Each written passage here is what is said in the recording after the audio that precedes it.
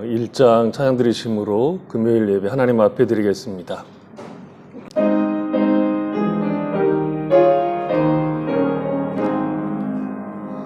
만복의 근원 하나님, 온 백성 찬송 드리고 저 천사여 찬송하세.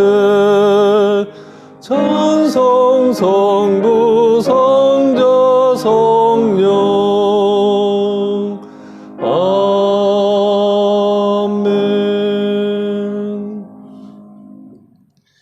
하나님 아버지 감사합니다. 저희들이 함께 모여서 하나님을 찬양하고 예배할 수 있는 귀한 시간을 주셔서 참으로 감사합니다. 주의 백성들이 흩어져서 각자 있는 곳에서 함께 모여 하나님을 찬양하고 경배하오니 우리 가운데 임하셔서 하나님을 영화롭게 하고 우리가 하나님으로 인하여 즐거워하는 귀한 시간 되도록 복을 내려주시옵소서. 예수님의 이름으로 기도했습니다. 아멘. 33장 찬양드리겠습니다.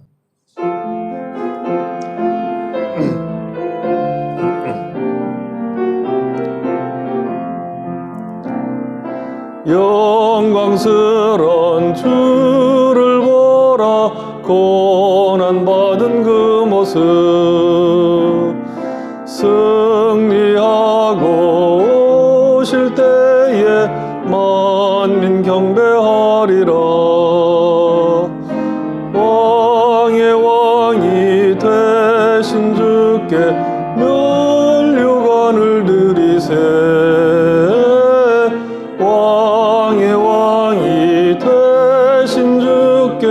면류관을 드리세. 보좌 위에 계신 주께 면류관을 드리세. 천군 천사 소리 높여 주를 찬송하도다. 왕의 왕이 되신 주께 면류관을 드리세. 왕의 왕이 되신 주께 면류관을 드리세. 죄인들이 조롱하며 가시관을 씌웠네. 성도들과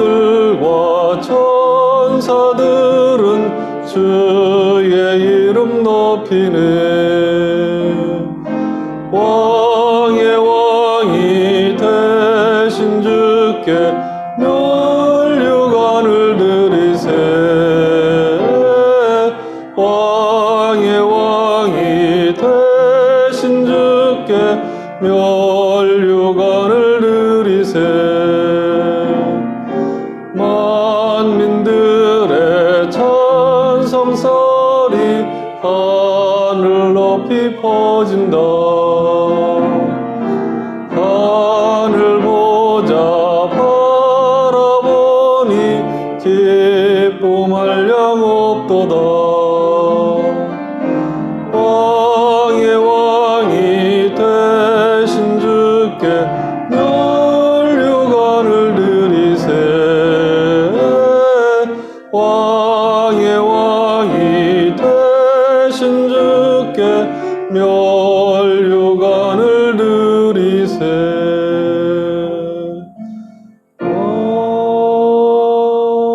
아멘. 하이델베르그 유리문답 59문에서 61문입니다.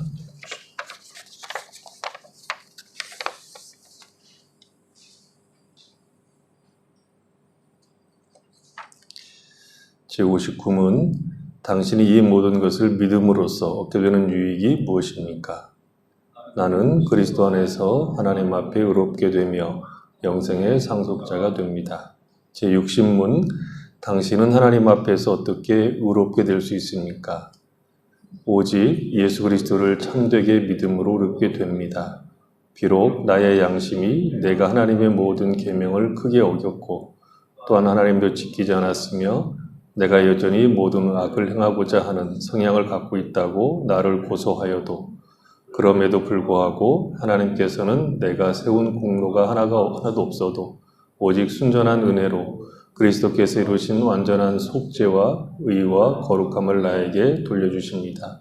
심지어는 내가 죄를 하나도 짓지 않는 것처럼 뿐만 아니라 그리스도께서 나를 위해 성취하신 모든 순종을 내가 온전히 성취한 것처럼 여겨주십니다.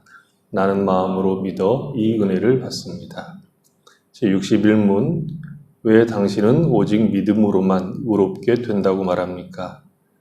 하나님께서 나를 받아주실 수 있는 것은 나의 믿음에 어떤 가치가 있어서 그런 것이 아니라 다만 그리스도의 속죄와 의와 거룩하심이 하나님 앞에서 나의 의가 되기 때문이요.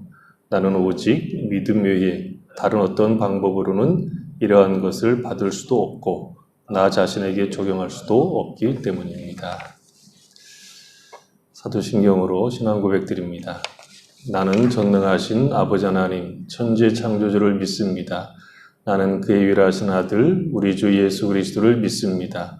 그는 성령으로 잉태되어 동정녀 마리아에게서 나시고 본디오 빌라도에게 고난을 받아 십자가에 못 박혀 죽으시고 장사된 지 사흘 만에 죽은 자 가운데서 다시 살아나셨으며 하늘에 오르시어 전능하신 아버지 하나님 우편에 앉아 계시다가 거기로부터 살아있는 자와 죽은 자를 심판하러 오십니다.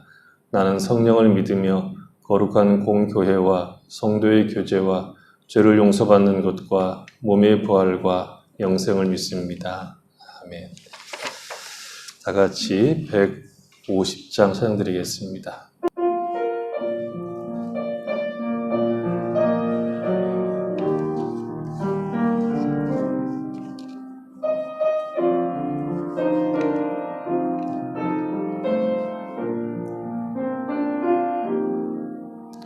갈보리 산 위에 십자가 섰으니 주가 고난을 당한 표라.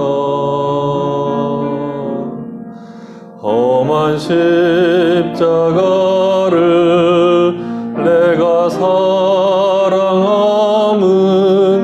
주가 보혈을 흘림이라. 최후 승리를 얻기까지 주의 십자가 사랑하리.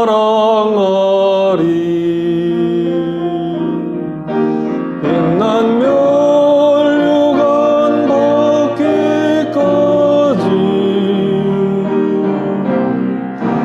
험한 십자가 붙들겠네. 멸시천대 받은 주의 십자가에 나의 마음이 끌리도다. 귀한 어린 양이 세상 죄를 지고 험한 십자가 지셨도다. 최후 승리를 얻기까지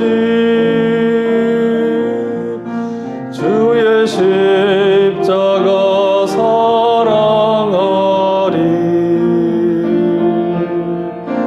빛난 멸류관 받기까지 험한 십자가 붙들겠네.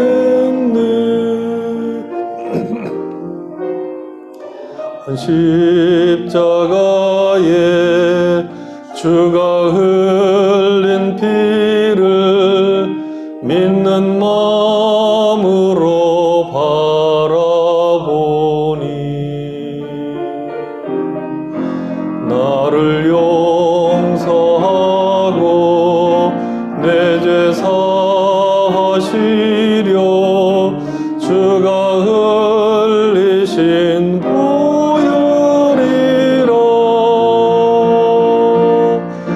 최후 승리를 얻기까지 주의 십자가 사랑하리 빛난 멸류관 받기까지 험한 십자가 붙들겠네 주님 예비하신 나의 본향집에 나를 부르실 그날에는 영광 중에 계신 우리 주와 함께 내가 죽도록 충성하리 최후 승리를 얻기까지 주의 십자가 사랑하리 빛난 멸류관 받기까지 험한 십자가 붙들겠네.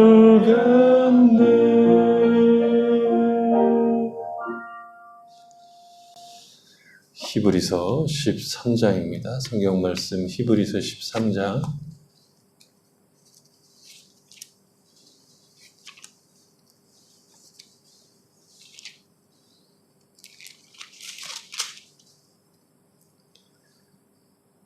10절로 16절입니다. 10절로 16절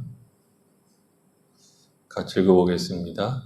우리에게 제단이 있는데 장막에서 섬기는 자들은 그 제단에서 먹을 권한이 없나니 이는 죄를 위한 짐승의 피는 대제사장이 가지고 성소에 들어가고 그 육체는 영문 밖에서 불사람이라.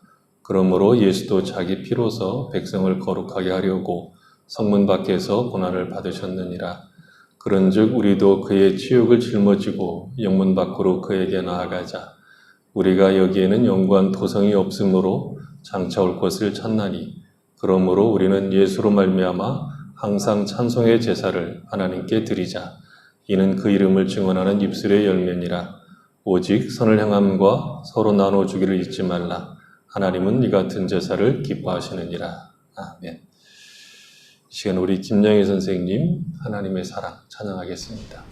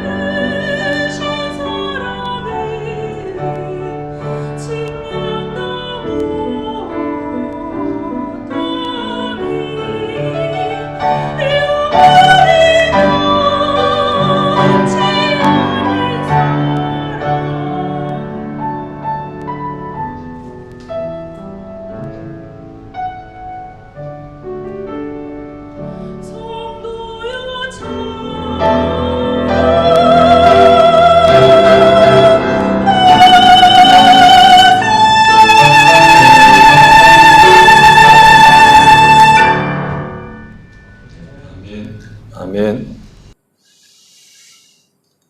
기도하겠습니다. 하나님 아버지, 우리에게 큰 은혜를 베푸심으로 말미암아 하나님께서 행하신 구속의 역사를 깨닫게 하시고 믿게 하심으로 구원을 얻어 하나님의 백성으로 살아갈 수 있도록 은혜를 베풀어 주셔서 참으로 감사합니다. 하나님이 우리에게 베푸신 은혜가 없었다면 우리는 아직 어두움 가운데 있을 것이고 소망 없는 자가 되어서 하나님의 진노 아래 심판을 기다리고 있었을 뿐이었을 겁니다. 그런 우리들을 위해서 하나님께서 그 아들을 보내시고 십자가에 못 박혀 죽게 하심으로 우리를 죄와 사망에서 건져 하나님의 자녀가 되게 하셨습니다. 하나님의 그 크신 은혜와 사랑이 얼마나 크고 중하고 영광스러운지 저희가 깨닫고 마땅히 우리 자신들을 하나님 앞에 드리며 살 수 있도록 복을 내려주시기 원합니다. 하나님 우리 아버지, 이 귀한 날 저희들이 함께 모여서 하나님을 찬양하고 경배합니다. 하나님 어려운 때 더욱 우리가 하나님을 찾게 하시고 의지하게 하시고 이 어려운 시절을 보내게 하시는 하나님의 뜻이 무엇인가를 묻게 하셔서 어려운 가운데서도 오히려 감사가 있고 찬송이 있고 참된 소망으로 인하여 기쁨이 있는 귀한 날들로 채워질 수 있도록 우리의 삶을 인도해 주시옵소서. 그래서 비록 어려운 때지만 하나님이 주시는 은혜가 있음으로 말미암아 찬송하는 소리가 있게 하시고 하나님의 뜻을 이루는 데 부족함이 없는 귀한 삶을 살 수 있도록 은혜를 베풀어 주시기 원합니다. 이 귀한 시간에 저희들이 함께 모여서 예배를 드릴 때 말씀하시고 그 말씀을 통해서 우리 영혼이 새롭게 되는 귀한 시간 되도록 복을 내려 주시옵소서. 예수님의 이름으로 기도했습니다. 아멘. 오늘은 주님께서 우리의 죄를 대속하시기 위하여 우리 대신 형벌을 받으시고 십자가에 달려 돌아가신 날입니다. 그리고 오는 주일은 우리 주님께서 죽은 자 가운데서 3일 만에 부활하심으로 우리를 위한 대속을 성취하시고 그를 믿는 모든 자들을 새로운 체제, 곧 부활 생명 안에서 살게 하신 부활절입니다.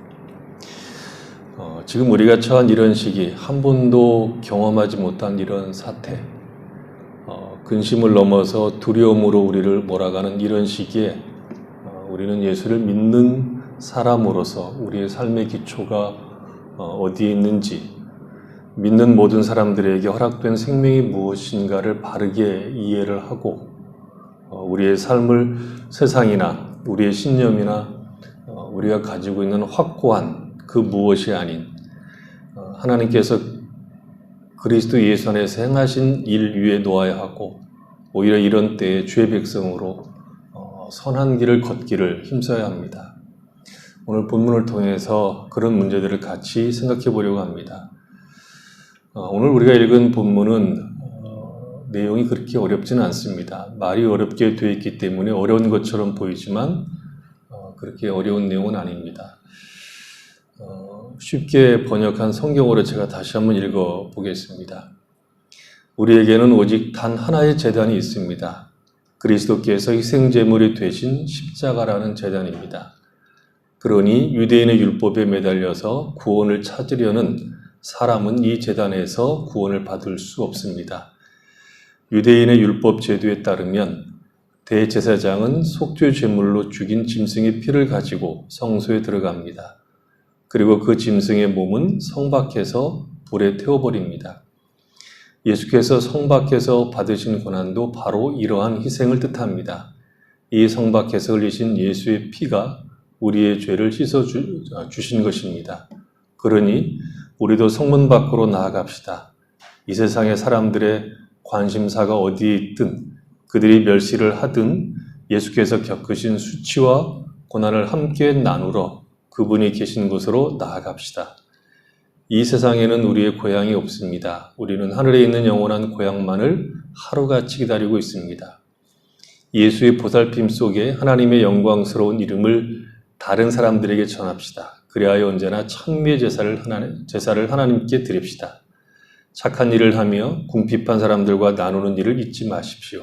이러한 제물이야말로 하나님을 기쁘시게 해드리는 것입니다. 우리에게 제단이 있다 하는 것은 성전에 있는 제단이 아니라 그리스도 예수께서 우리의 죄를 대속하시기 위해서 십자가에서 죽으신 것을 이야기하는 것입니다. 그래서 제단이란 예수를 믿는 사람들이 소유하고 있는 신앙의 전 체계를 말하는데 그 체계의 가장 중요한 근본은 예수의 십자가입니다. 그래서 이 제단은 예수 그리스도의 십자가를 말한다라고 얘기하고 있는 것이죠. 11절, 12절은 그것을 구약과 비교해서 자세하게 풀어 설명한 겁니다. 결국 10절로 12절의 내용은 예수님을 제단으로 이야기를 하면서 그것이 구약에서는 그림자, 약속으로 우리에게 보여주셨고 이제는 약속이 아닌 그 약속의 실제인 예수님이 오셔서 십자가를 지심으로 말미암아 구약에서 약속으로 되었던 것이 예수가 오셔서 성취되었기 때문에 구약 제단이 필요가 없다 하는 것이죠. 그런데 그럼에도 불구하고 여전히 구약 제사 제도에 집착하는 사람은 그가 누구라도 예수님의 십자가의 죽음을 통한 구속의 은혜를 경험할 수 없다라고 얘기하는 것입니다. 말하자면 이제 우리가 구속받을 수 있는 제단은 구주의 십자가밖에 없다라고 얘기하는 것입니다.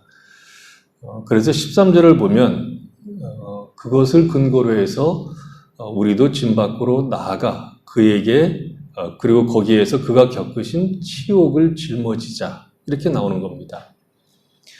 우리도 진 밖에 나아가서 그가 겪으신 치욕을 짊어지자 하는 뜻이 이제 우리가 살펴볼 내용 가운데 하나입니다. 이 말은 이제 우리가 예수를 믿는 사람이 되었으니 핍박을 각오하고 고생스러운 인생을 살기 위하여 준비해야 한다 하는 것처럼 들립니다. 물론 예수를 믿는 것은 자기 부인과 아울러서 십자가를 지고 따라가는 것입니다. 그러나 그것이 비장함과 어떤 각오로만 요구되는 것이 아닙니다. 자기를 부인하는 것과 십자가의 길을 가는 것이 비장함이 아닌 감사, 기쁨, 그리고 만족과 즐거움으로 나타나지 않으면 사실 기독교 신앙을 잘못 이해하고 있는 겁니다.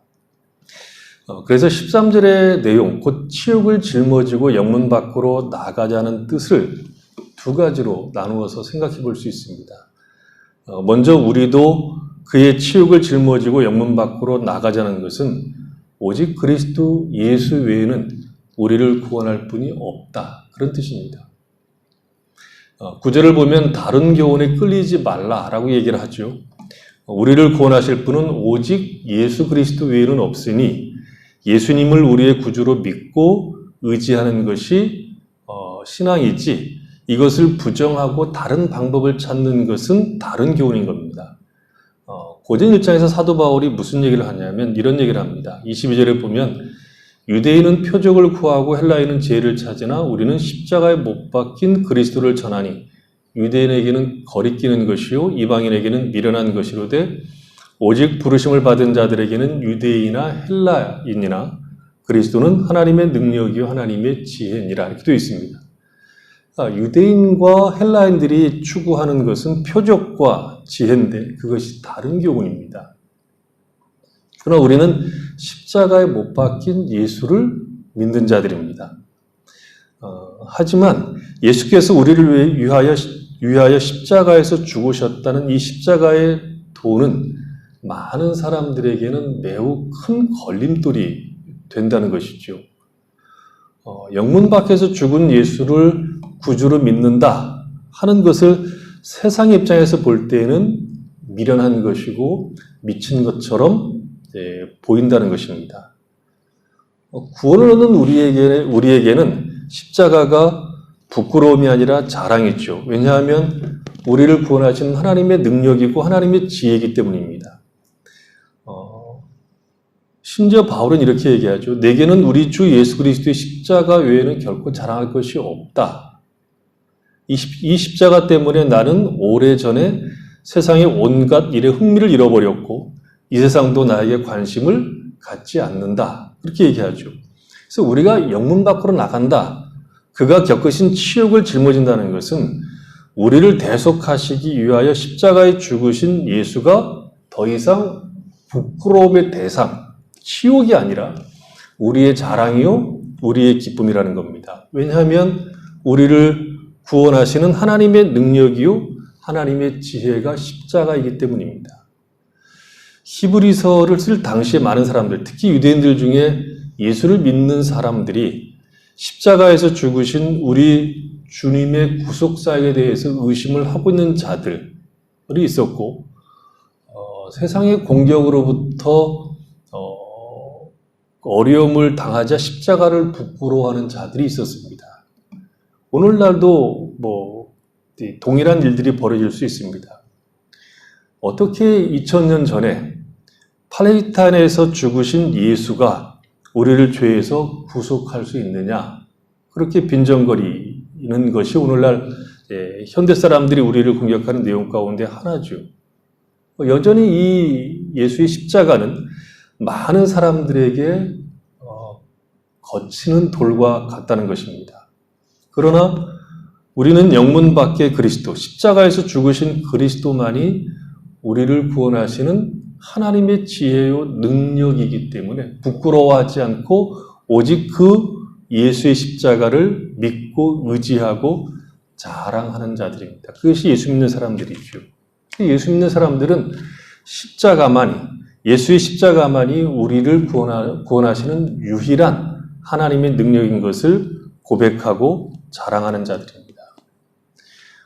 이 어려운 때에도 우리가 늘 생각해야 될 것은 뭐냐 그러면 십자가를 통해서 우리에게 생명과 구원을 주신 하나님의 그 능력, 그 사랑, 그 자비 속에 우리 자신들이 있다는 것을 확인해야 되는 겁니다.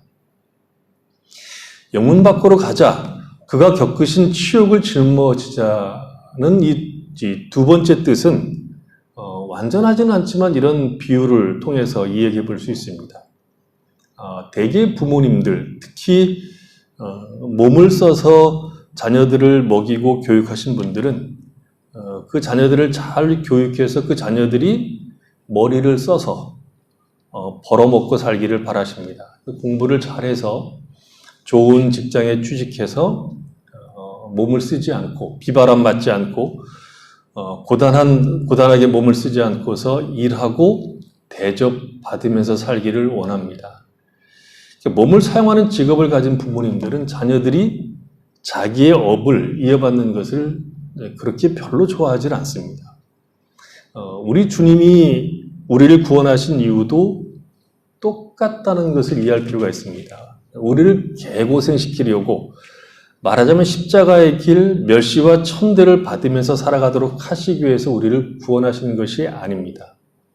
기쁨과 감사 속에서 행복하게 살도록 우리를 부르신 겁니다. 다만 그것이 우리가 원하는 인생을 줌으로써 그렇게 하시는 것은 아닙니다. 이런 이야기입니다. 자녀들이 부모의 바람대로 머리를 써서 일을 하거나 혹은 부모의 업을 이어받아서 그 일을 하든 상관없이 일을 통해서 무엇을 배울 수밖에 없는가 하면 일이라고 하는 것은 그것이 어떤 일이든 무슨 일이든 고된 노동과 수고가 없는 일이 없다는 사실을 배우게 됩니다. 그리고 그런 과정에서 노동이라고 하는 것은 귀천이 없다, 다 귀하다 하는 것이고 인간을 인간되게 하고 그 일을 통해서 인생의 성실함을 배우도록 되어 있다는 것입니다. 그래서 혹 몸을 쓰는 일을 가업으로 이어받는다고 해도 그 일을 통해서 원망과 시비가 아닌 감사와 기쁨을 누리게 합니다. 그러니까 부모님이 하신 일을 이어받는 것이 부끄러움이 아닌 그 일이 자신에게나 이웃에게나 자랑스럽고 기쁜 일이 된다는 것이죠. 그러니까 몸이 고단하지 않느냐 하는 것들은 별로 중요하지 않는 것이 되어버린다는 것이죠. 신자들이 가장 오해하는 부분 중 하나가 무엇인가 하면 예수를 따르는 것, 영문 밖에 예수를 만나서 그 치욕을 짊어지는 것이 고단함과 어려움과 비장함으로 주어지는 것이라고 생각하는 겁니다. 그렇지 않습니다. 주님이 우리를 부르신 이유는 고단한 인생을 살라고 부르신 것이 아니라 기쁘고 감사하고 행복하게 살라고 우리를 부르신 겁니다. 그 행복한 길, 감사한 길, 자랑스러운 길이 십자가의 길일 뿐입니다. 사람이 사람으로서 가장 복된 길, 영광스러운 길이 다른 길이 아니라 예수의 치욕, 십자가를 짊어지고 예수가 걸어갔던 길을 걸어가는 것입니다. 그 길이 가장 복되고 영광스러운 길이며 생명을 맛보는 길이더라는 거죠. 그러니까 그 길이 최고 행복하고 최고 기쁜 길이기 때문에 우리를 그 길로 초대하신 겁니다. 이걸 자꾸 놓친다는 거죠. 이 생각을 잘 못한다는 거죠. 그래서 치욕을 짊어지자 하는 것은 개고생하라는 것이 아니라 최고의 기쁨, 가장 복된 자리로 우리가 초대되었다. 그런 뜻입니다. 아닌 것처럼 보이지만 성경은 분명히 그렇게 얘기합니다. 마태복음 11장 28절 이하인데 우리가 잘 아는 겁니다. 그리고 많은 분들이 외우는 성경 구절이죠. 잘 이해를 못하고 좋아하는 성경 구절이기도 합니다. 28절 이하를 보면 수고하고 무거운 짐진 자들아 다 내게로 오라. 내가 너희를 쉬게 하리라. 나는 마음이 온유하고 겸손하니 나의 멍에를 메고 내게 배우라. 그리하면 너희 마음이 쉼을 얻으리니 이는 내 멍에는 쉽고 내 짐은 가벼움이라 하시니라. 주님의 멍에를 메고 배우는 길은 고단하고 어려운 길이 아니라 그 길이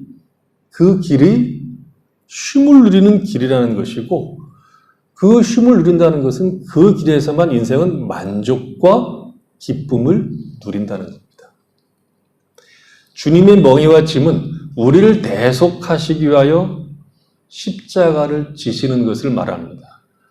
그 길을 주님은 쉽다고 그랬고 그 길에서만 쉼을 누린다고 하신 겁니다. 우리가 영문 밖에서 예수의 짐을 지고 따라가는 길은 비장함 그리고 고통스러운 길이 아니라 거기에서만 그 길에서만 인생의 기쁨, 낙을 누리기 때문입니다. 예수께서 우리를 위하여 영문 밖으로 가신 이유는 이 복된 생명과 진리를 누리는 삶을 살도록 위한 겁니다. 억울함이 아니라 인간이 누릴 수 있는 가장 복된 길로 예수 믿는 자들은 초대받은 겁니다. 예수를 믿는데 억울할 때가 있죠. 왜 억울합니까? 이유는 내가 원하는 것을 하나님이 주시지 않았다 하는 것이죠. 예수를 잘 믿는 보상으로 내가 원하는 인생을 주시지 않았다. 예수를 믿는 사람으로서 폼잡을 수 있는 인생을 주시지 않았다 할 때 억울하죠. 잘 믿었는데 내가 잘 믿었다고 생각했는데 세상을 상급으로 주시지 않을 때 억울할 수 있죠. 만약 그렇다고 하면 권리를 찾고 당당함을 찾고 내가 가장 억울한 사람이다 이렇게 외칠 수 있는 분이 계시다면 주님이겠죠. 주님만큼 억울하신 인생을 사신 분이 어디 있겠습니까? 그러나 주님은 십자가에서 우리의 죄를 대속하실 때 억울한 마음으로 지시지 않았습니다. 성경은 순종하는 마음으로 지었다는데 그 순종하는 마음은 기쁨과 감사 속에서 지는 것을 말합니다. 아버지께서 내게 하라고 주신 일을 내가 이루어 아버지를 이 세상에서 영화롭게 하였사오니 그렇게 얘기합니다.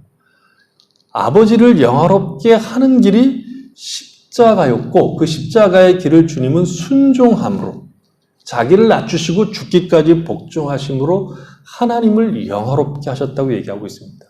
그래서 예수님은 십자가의 길을 걸어갈 때 억울함, 분함 이런 마음으로 지신 것이 아니라 거기에서만 쉼이 있고 거기에서만 하나님을 가장 영화롭게 하고 기쁘게 하실 수 있다는 것 속에서 감사로 그 길을 걸어갔다고 말할 수 있습니다.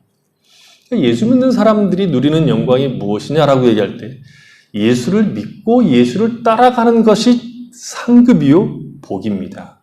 그것이 기쁨이요 감사고 쉼을 누리는 길입니다. 십자가를 가까이 하면 쉼이 있고 안식이 있고 십자가를 멀리하면 예수를 믿는 사람들에게는 갈등과 번민이 있습니다. 그래서 영문 밖의 길은 탄식과 한탄과 비장함으로의 초대가 아니라 인생에 누릴 수 있는 최고의 복된 길로의 초대입니다. 그게 십자가를 지신 이유입니다. 이런 믿음이 결국 어떤 고백을 하게 되느냐면 우리가 여기에는 영구한 도성이 없으므로 장차 올 것을 찾습니다. 이런 고백을 하게 됩니다. 이 말은 이 세상의 것으로 우리가 판단을 받지 않는다는 뜻이죠. 세상으로 인하여 억울한 일이 우리에게는 더 이상 없다는 겁니다. 우리가 찾는 도성이 이곳이 아닌 장차 올 것, 하나님의 나라라고 하면 이 세상의 것을 가진 것이 자랑이거나 힘이거나 의지가 아니며 그것이 없는 것이 억울함이나 가난함이 아니라는 겁니다.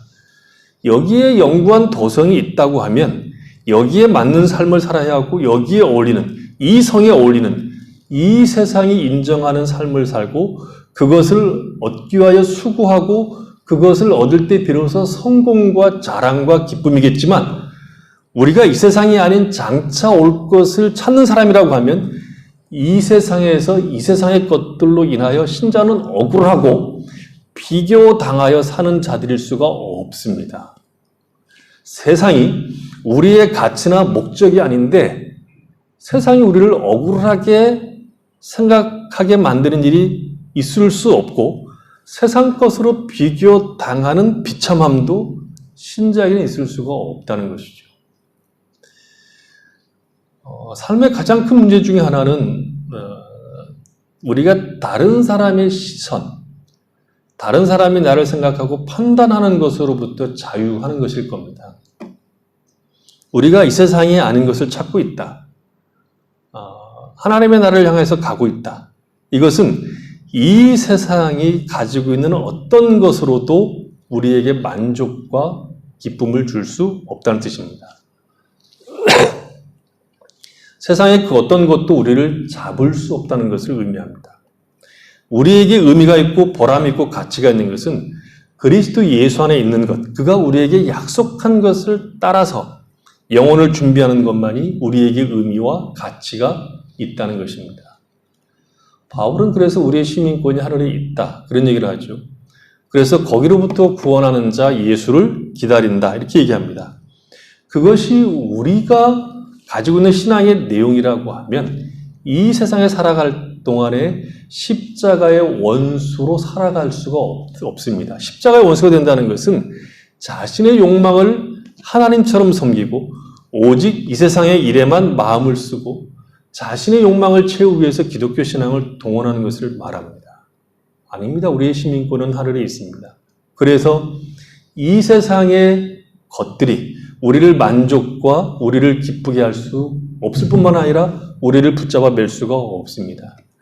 우리가 진정으로 원하는 것은 이 세상에서의 내 욕망을 성취하고 남들과 비교해서 성공하는 것으로 삼는 것이 아니라 오늘 세상을 준비하는 날로 오늘을 산다는 것입니다. 그것이 15절로 가면 다르게 표현되는데 예수로 말미암아 항상 찬송의 제사를 하나님께 드리는 것으로 나옵니다. 다른 것 말고 찬송의 제사를 드리는 것이 이 세상에서 사는 동안 예수를 믿는 사람들이 가지고 있는 가장 큰 즐거움이라는 것이죠. 그것은 이 앞에 문장과 비교해 보면 우리에게는 영구한 도성이 여기에는 없다. 그래서 가장 큰 우리의 가치와 목적은 하나님을 찬송하는 것, 그를 영화롭게 하는 것에 있다. 그렇게 이야기하는 것이죠. 그러니까 말하자면 이 세상을 추구하지 않는다는 것은 단지 소극적인 이야기가 아니라 그리스도 예수 안에서 하나님을 기뻐하는 것, 하나님을 기쁘시게 하는 것이 우리에게 가장 큰 가치요 목적이라는 것입니다. 그래서 예수를 믿는 사람들이 누리는 그 기쁨은 하나님을 경외하는 것, 그리고 하나님을 기뻐하는 것, 그리고 하나님을 기쁘시게 하는 것에서 온다는 것이죠. 그래서 기독교 신앙은 단지 죄에서 건짐을 받고 천국에 가는 것이 전부가 아닙니다. 예수를 믿음으로 말미암아 의롭다 여김을 받는 것이 중요하지만 우리가 의롭다 여김을 받는 이유는 그 궁극적인 목적은 하나님을 기쁘시게 섬기는 삶을 살도록 하기 위한 겁니다. 그러니까 우리가 하나님의 자녀가 되고 의롭게 되는 것은 하나님을 경외하고 하나님을 기뻐하고 하나님을 기쁘시게 하는 것으로 우리의 가치, 만족, 행복을 삼는 것을 말하는 겁니다. 칭의는 기독교 신앙의 가장 중요한 내용 가운데 하나지만 칭의는 일종의 문의 경칩과 같다고 얘기할 수 있습니다. 우리는 문을 열고 들어가야 합니다. 칭의는 일종의 문을 열도록 도와주는 경칩입니다. 우리는 문을 열고 들어가서 하나님 앞에 선 하나님의 자녀로서 하나님을 기뻐하고 하나님을 경배하고 그 하나님을 기쁘시게 하는 일들로 우리의 삶을 살아감으로 하나님을 찬송하는 것을 가장 큰 인생의 가치, 목적으로 삼는 삶을 사는 것입니다. 그러니까 칭의는 문을 열고 들어가서 그렇게 살 수 있도록 해주는 것입니다. 구원의 목적은 하나님을 영화롭게 하기 위한 것이죠. 우리가 서 있는 자리, 하나님이 허락하신 일들, 우리가 가지고 있는 삶의 모든 영역에서 하나님을 찬송하는 것입니다.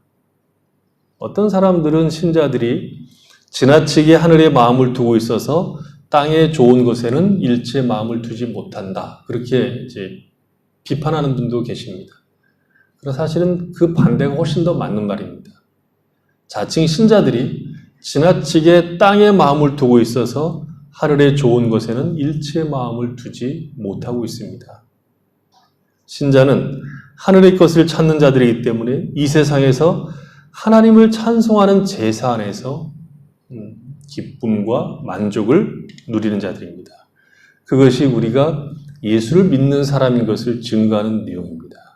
여기서 찬송한다는 것은 노래한다는 것이 아닙니다. 언제나 하나님을 기뻐하고 즐거워하고 그 영광을 사모하고 하나님을 기쁘시게 하는 일에 우리의 모든 삶을 드린다 하는 것을 말하는 겁니다. 또한 그렇게 영구한 도성을 향하여 가고 하나님을 찬송하는 자들은 이 세상에서 그 삶을 사랑과 자비로 드러낸다고 말할 수 있습니다. 그것이 16절입니다.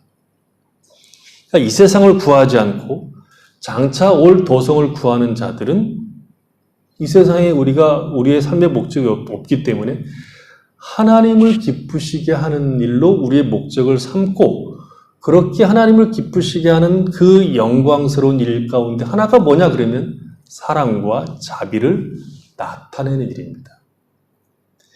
오직 선을 행함과 서로 나눠주기를 잊지 마라. 하나님은 이 같은 제사를 기뻐하시느니라. 아멘입니다. 이 세상을 추구하는지 아니면 어느 세상을 추구하는지는 그가 가지고 있는 재물과 시간과 은사를 어떻게 쓰고 있는가로 증거합니다.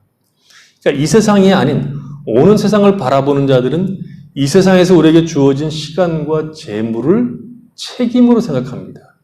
내가 가진 무형의 재산, 유형의 재산 모두를 내 소유로 생각하는 것이 아니라 하나님께서 하나님을 섬기고 이웃을 섬기도록 나를 청직으로 임명했다라고 생각합니다. 그러니까 나의 것이 아니라 하나님이 하나님의 것을 나에게 맡기신 것으로 본다는 것이죠. 그래서 장차 올 도성을 찾는 자들, 기다리는 자들, 그래서 이 세상에서 우리의 가치와 목적이 없는 자들은 우리가 가지고 있는 모든 것으로 하나님을 기쁘시게 하는 일로 쓰고 싶은 자들이고 하나님을 영화롭게 하고 싶은 자들이기에 우리가 가지고 있는 소유로 만족하는 자들이 아니라 그것으로 하나님을 경외하고 하나님이 기뻐하시는 일, 사랑과 자비를 드러내는 일로 쓴다는 겁니다. 그래서 하나님과 재물을 겸하여 섬기지 않습니다. 하나님 앞에서 경건이라고 하는 것은 고아와 과부를 환난 중에 돌보는 것이고 자기를 지켜 새 속에 물들게 하지 않는 것입니다. 그래서 영부한 도성을 찾는 자들, 하나님이 우리에게 허락하신 그 약속을 바라보는 자들에게는 오늘 이 세상에서 우리가 가지고 있는 그 어떤 것들이 우리의 힘, 우리의 자랑, 우리의 능력이라고 말하지 않을 뿐만 아니라 그런 것이 없으므로 우리가 절방하거나 무력해지지 않는 것입니다. 왜냐하면 그런 모든 것들이 우리가 어떤 자인가를 규정해 주지 않기 때문에 그렇습니다. 신자를 규정해 주는 것은 이 세상에서 무엇을 가졌느냐가 아니라 이 세상에서 하나님 안에, 그리스도 예수 안에서 있는 존재로 우리 자신들이 규정되기 때문에 그렇습니다. 그것이 장차 올 도성을 찾는 모습으로 나타나는 것이고, 그래서 그것을 하나님을 찬송하는 것으로, 그리고 내가 가지고 있는 것으로 사랑과 자비를 나타내는 것으로 쓰는 것이죠. 그래서 성경에 우리 이런 구절들을 잘 볼 필요가 있습니다. 디모데후서 6장 17절 이하를 보면, 디모데 전서 6장인데 보면 이렇게 바울이 얘기합니다. 부자들에게는 교만하지 말고 또 없어질 돈을 의지하지 말라고 일러두시오. 그런 것보다는 오히려 우리를 즐겁게 해주시려고 우리가 필요로 하는 것을 항상 풍족하게 해주시는 살아계신 하나님을 자랑하고 그분만을 의지하도록 가르쳐 주시오. 착한 일에 돈을 쓰도록 가르쳐 주시오. 자기가 가진 것은 모두 하나님께서 주신 것이라는 것을 깨달아 언제든지 다른 사람과 기쁘게 나눌 수 있는 마음의 자세를 가질 때 그들은 참된 부자가 되고 가난한 사람들에게 기쁜 마음으로 줄 수 있게 되는 겁니다. 그러면 그들은 하늘에다가 참 보화를 쌓는 것이며 이것만이 영혼을 대비하는 안전한 투자입니다. 그리고 이렇게 하는 사람은 이 땅 위에서도 열매가 풍성한 그리스도인의 생활을 살게 되는 것입니다. 이것이 예수를 믿는 사람이 되어서, 그러니까 영문 밖으로 나가서 예수 그리스도의 구속을 온전히 의지하고 그리스도 예수의 그 치욕의 삶을 우리가 기쁘고 자랑스럽게 따라가는 사람들이 이 땅에서 하나님을 영화롭게 하는 방식이라고 우리에게 가르쳐 줍니다. 그리고 우리가 그리스도 예수 안에서 허락된 영원한 약속들을 우리의 전체 삶으로 표현하는 방식이라고 지금 바울은 이야기를 하고 있는 것이죠. 미가서 6장 6절에 보면 이런 얘기를 합니다. 미가서 6장 6절인데 내가 무엇을 가지고 여호와 앞에 나아가며 높으신 하나님께 경배할까? 내가 번제물로 일련된 송아지를 가지고 그 앞에 나아갈까? 여호와께서 천천의 순양이나 만만의 강물 같은 기름을 기뻐하실까? 내 허물을 위하여 내 맏아들을 내 영혼의 죄로 말미암아 내 몸의 열매를 드릴까? 사람아, 주께서 선한 것이 무엇임을 내게 보이셨나니 여호와께서 내게 구하시는 것은 오직 정의를 행하며 인자를 사랑하며 겸손하게 내 하나님과 함께하는 것이 아니냐 이렇게 얘기합니다. 우리가 이 어려운 때 하나님께서 우리를 구속하신 십자가를 통해서 우리를 구속하신 그의 백성된 위치가 무엇인가? 그리고 그 백성들의 삶 속에서 하나님께서 원하시는 것이 무엇인가? 무엇을 통해서 하나님의 풍성하신 생명과 복을 누릴 수 있는가를 깊이 생각해 보셔야 됩니다. 코리텐 붐이라고 하는 아주 유명한 성도가 있습니다. 여성분입니다. 나치 시절에 유대인을 숨겨준 제목으로 가족 모두가 죽임을 당했고 그 죽음의 과정에서 이 코리텐 붐 여사는 극적으로 살아나셨습니다. 그리고 난 이후에 아주 유능한 복음 전도자로 크게 쓰임받은 아주 훌륭한 인물입니다. 이분 일화 중에는 자신의 가족을 고문하여 죽게 만든 그 나치를 용서한 그 이야기도 있습니다.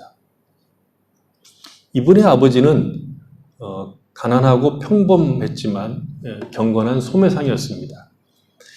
어느 날 아침 그 가족은 함께 모여서 기도하면서 이런 기도를 했습니다.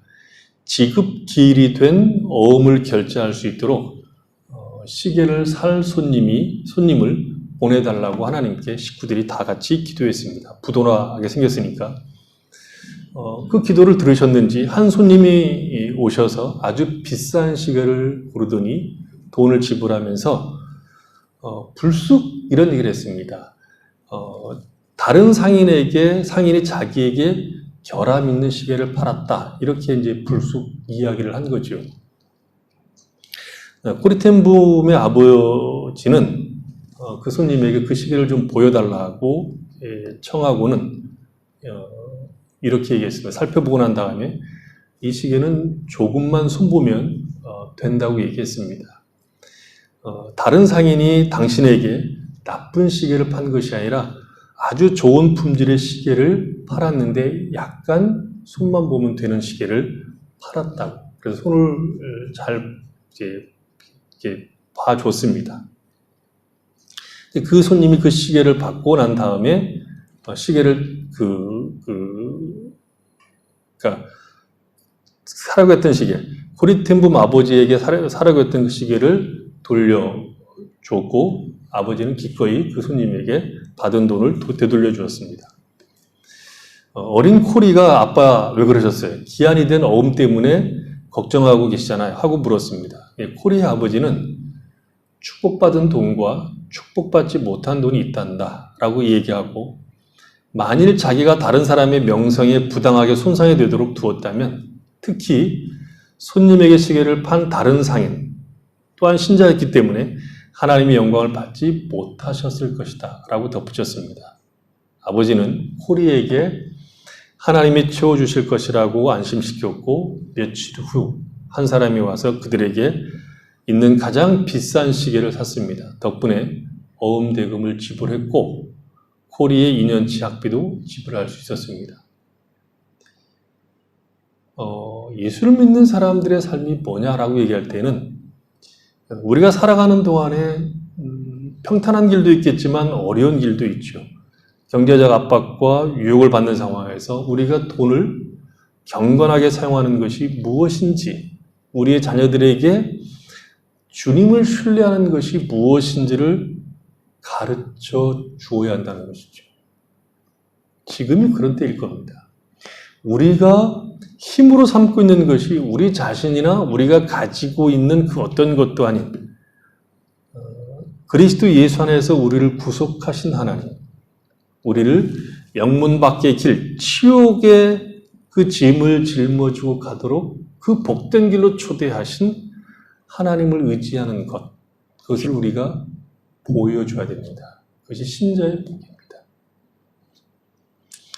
그리스도의 죽음, 영분 밖에서 그의 치욕을 짊어지는 것은 다른 말로 얘기할 때는 부활의 삶을 사는 것이라고 말할 수 있겠죠. 우리를 위하여 그리스도께서 십자가에서 죽으심으로 우리가 죄와 사망에서 벗어나 하나님께 대하여 산 자가 되었습니다. 생명을 가진 자가 되는 거죠. 그러니까 십자가에서 우리의 죄를 대속하심으로 우리는 죽은 자 가운데서 일어나서 산 자가 된 겁니다.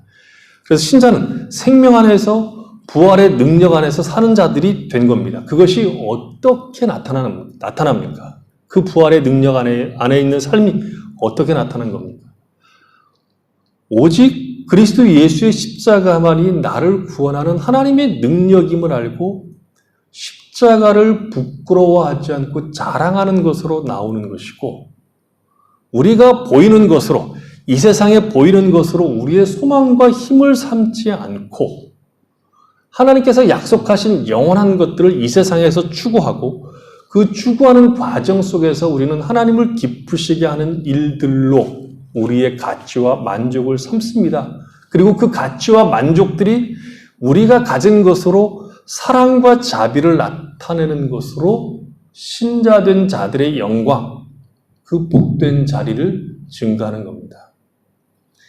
고난과 부활, 이 주일에 우리를 구속하신 그 놀라운 사랑과 이제 우리의 삶이 생명을 가진 자로서의 삶이라는 것을 알고, 생명을 가진 자답게 하나님을 우리의 영원한 힘과 반석으로 삼고 우리의 모든 삶이 하나님을 찬송하는 삶으로, 우리가 가진 모든 것으로 하나님의 선하심을 드러내는 복된 자리에 들어가셔야 됩니다.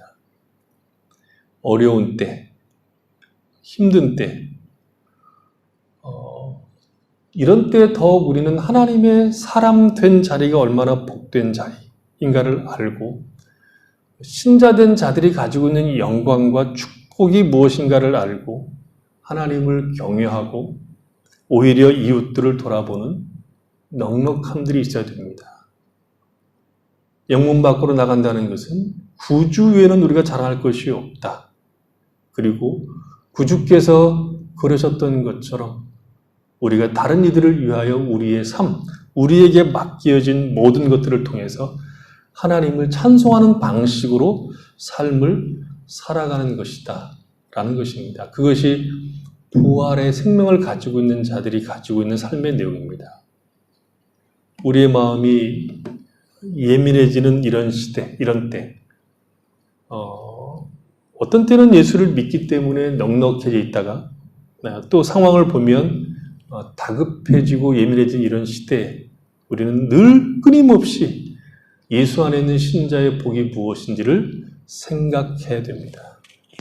우리를 위해서 영문 밖에서 자신의 몸을 들이신 예수 그리스도 안에 있는 신자가 누리는 영광과 복과 생명이 무엇인지를 끊임없이 생각하고 그것을 붙드셔야 되고, 우리가 그 생명 안에 있기 때문에 가질 수밖에 없는 감사와 기쁨을 하나님을 영화롭게 하고 그를 찬송하는 방식으로 우리 자신들을 자꾸 드릴 수 있어야 됩니다.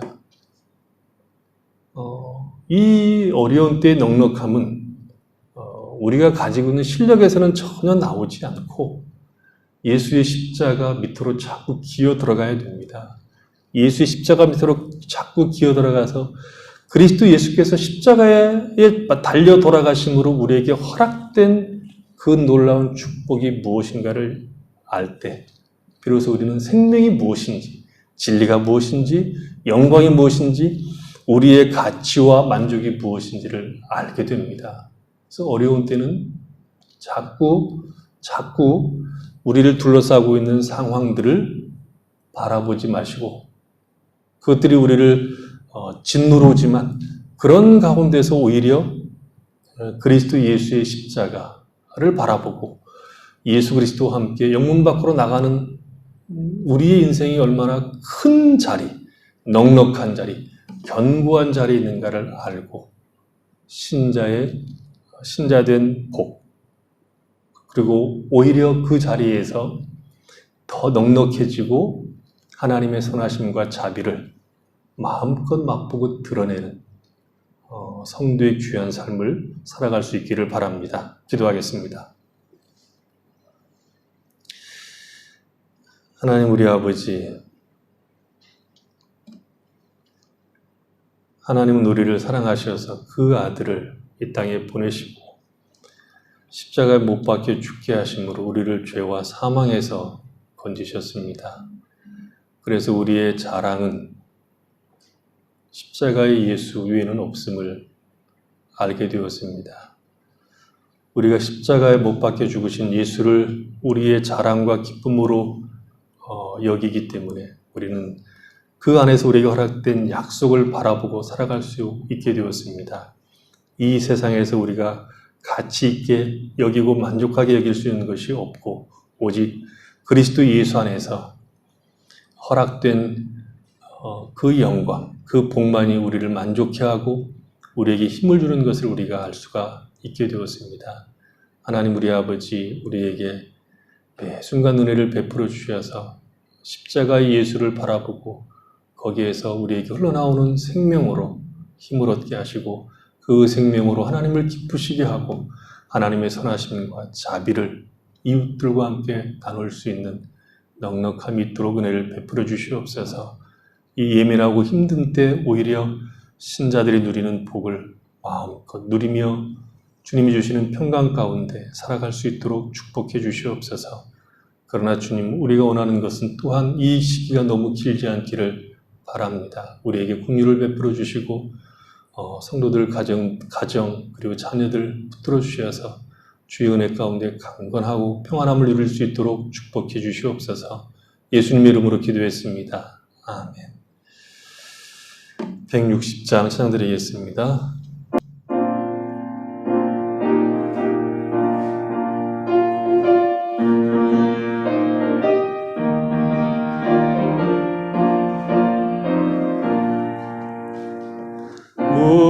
무덤에 머물러 예수 내 구주 새벽 기다렸네 예수 내 주 원수를 다 이기고 무덤에서 살아나셨네 어둠을 이기시고 나와서 성도와 함께 길이 다스리시네 사셨네 예수 다시 사셨네 헛되이 지키네 예수 내 구주 헛되이 복만에 예수 내 주 원수를 다 이기고 무덤에서 살아나셨네 어둠을 이기시고 나와서 성도와 함께 길이 다스리시네 사셨네 예수 다시 사셨네 거기 못 가두네 예수 내 구주 우리를 살리네 예수 내 주 원수를 다 이기고 무덤에서 살아나셨네 어둠을 이기시고 나와서 성도와 함께 길이 다스리시네 사셨네 예수 다시 사셨네 하나님 우리 아버지 감사합니다. 오늘도 저희들이 함께 모여서 주님 앞에 예배드릴 수 있도록 은혜 주셔서 감사합니다. 이 고난의 주간 그리고 주님께서 부활하신 주간 이 주간에 우리를 위해서 이 땅에 오신 예수님 우리를 대속하시기 위해서 십자가에 못 박혀 죽으신 예수님 그리고 부활하신 예수님 그 놀라운 은혜를 저희가 생각하며 기쁨과 감사 속에서 신자된 복을 누리며 살 수 있도록 은혜를 허락하여 주시기 원합니다. 우리를 둘러싸고 있는 상황이 악할지라도 우리가 하나님의 손안에 있음으로 인하여 감사가 있고 기쁨이 있는 날들로 채워가며 살 수 있도록 복을 허락하여 주시옵소서. 하나님 우리 아버지, 또 저희들이 주님 앞에 함께 모여 예배드리고 귀한 예물을 드립니다. 주님께서 받아주시고 드린 손길들 복되게 하시고 저들의 삶 가운데 늘 함께 하셔서 부족함이 없게 하시되 하나님의 선하심에 동참하고 이웃들을 위해서 넉넉하게 쓸 수 있는 풍성한 인생을 살아갈 수 있도록 은혜를 허락하여 주시옵소서. 연약한 성도들을 강건케 하시고 부족한 성도들을 채우시고 하나님 우리 아버지, 흩어져 있는 자녀들을 주께서 기억하셔서 어느 곳에 있든 저들의 삶 가운데 늘 함께 하셔서 강건한 삶을 살아갈 수 있도록 은혜를 베풀어 주시옵소서. 예수님의 이름으로 기도했습니다. 아멘.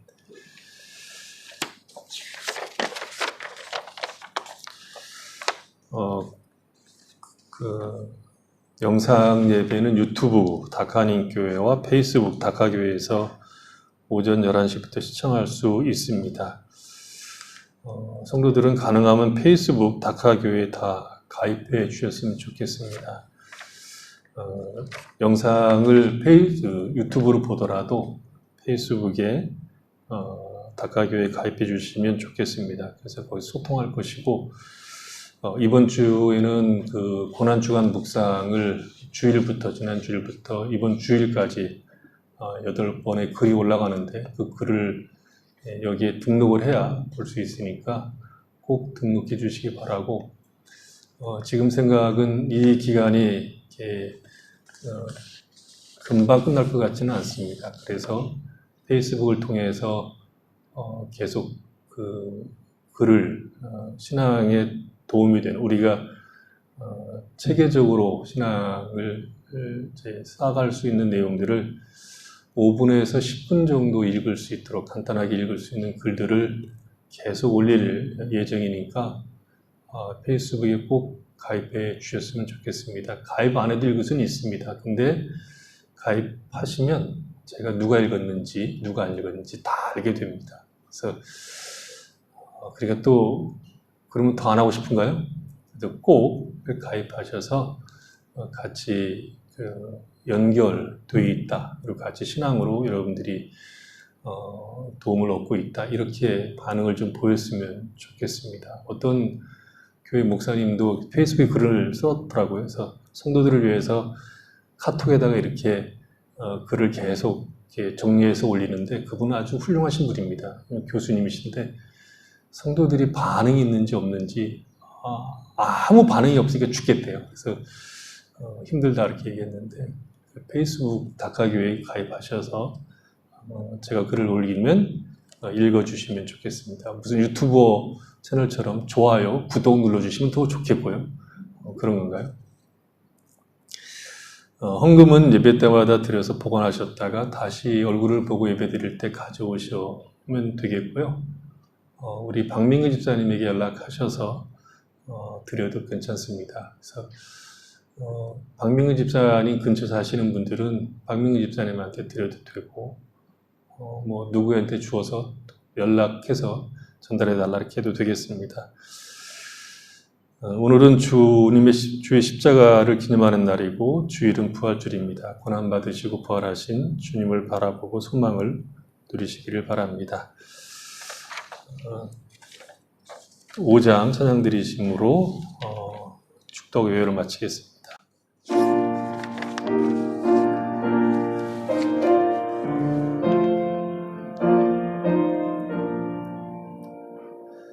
이 천지간 만물들아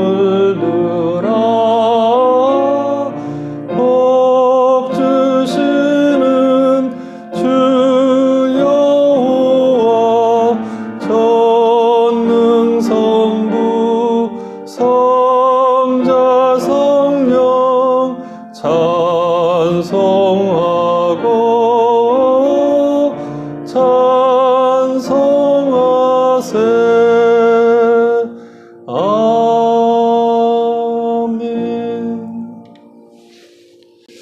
주 예수 그리스도 은혜와 하나님 아버지의 사랑하심과 성령의 교통하심이 영문 밖에서 우리의 죄를 대속하시기 위해서 죽으신 예수 그리스도를 우리가 부끄러워하지 않고 오히려 자랑하며 그 예수 그리스도의 십자가에 합당한 삶을 살아가는 것을 우리의 가장 큰 기쁨, 감사로 여기며 살아감으로 하나님을 기쁘시게 하며 그 이름을 찬송하며 살아가기를 원하는 주의 사랑하는 모든 백성들과 그 가정과 삶의 터전 위에와 출타있는 성도들과 홀로 떨어져 있는 사랑하는 자들 머리 위에와 이 땅에서 구원을 기다리고 있는 수많은 영혼들과 저들을 위해서 수고하는 주님의 모든 귀한 종들 위해 지금부터 영원토록 함께 계실지어다. 아멘.